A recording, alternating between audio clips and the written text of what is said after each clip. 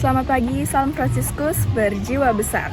Saya Kak Deswani dari kelas 17 akan membahas tentang Circular Flow Diagram Perekonomian 4 Sektor. Sebelumnya, kita harus tahu pelaku ekonomi dalam perekonomian 4 sektor.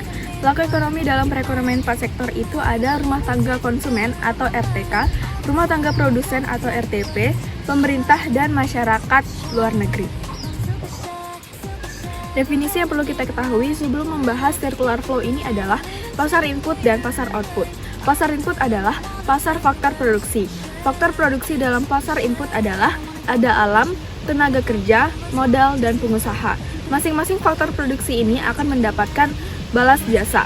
Balas jasa yang diterima oleh faktor alam adalah sewa. Balas jasa yang diterima oleh faktor tenaga kerja adalah upah. Balas jasa yang diterima oleh faktor modal adalah bunga. Balas jasa yang diterima oleh faktor pengusaha adalah laba. Kemudian, pasar input adalah pasar barang dan jasa.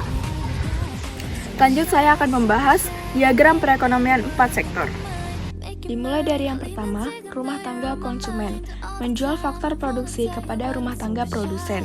Sebagai balasannya, rumah tangga produsen akan memberikan balas jasa dari faktor produksi tersebut. Selain di pasar input, hubungannya di pasar output yaitu dari rumah tangga produsen akan menjual hasil produksinya ke pasar output.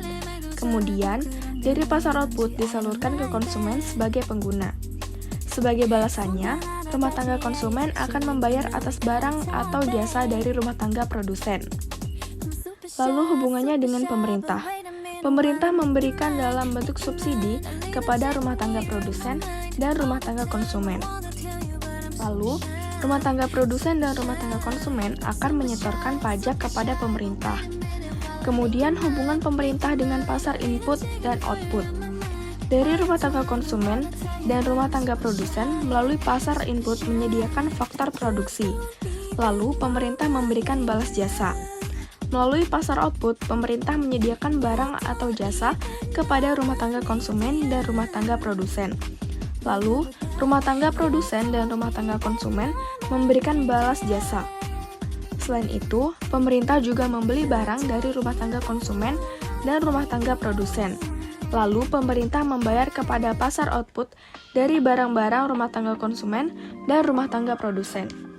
Kemudian hubungan dengan masyarakat luar negeri.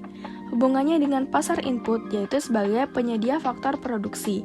Kemudian dari pasar input akan memberikan balas jasa. Hubungannya dengan pasar output. Dari pasar output mengekspor barang ke luar negeri, lalu menerima balas jasa dari barang yang dijual. Dari luar negeri juga mengekspor barang dan pasar output membayar barang tersebut.